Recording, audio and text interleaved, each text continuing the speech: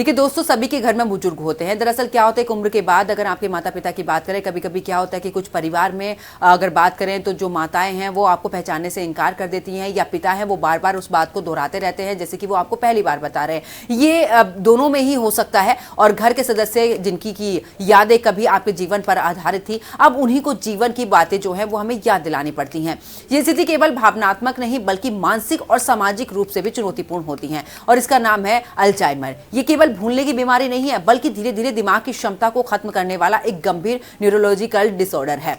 कुछ हद तक ये जो अल्जाइमर है ये जेनेटिक भी हो सकता है। अगर परिवार में पहले किसी सदस्य को अल्जाइमर हो चुका है तो अगली पीढ़ी में भी इसके होने की संभावना बढ़ जाती है। हालांकि जेनेटिक कारण होने के बावजूद जरूरी नहीं है कि अगर किसी के माता पिता को अल्जाइमर हुआ है तो आपको भी वो बीमारी हो। जीवन शैली, आहार, मानसिक स्वास्थ्य की अगर बात करें या फिर शारीरिक एक्टिविटी जैसे कि ये जो फैक्टर हैं इन पर भी बड़ी भूमिका निभाते हैं।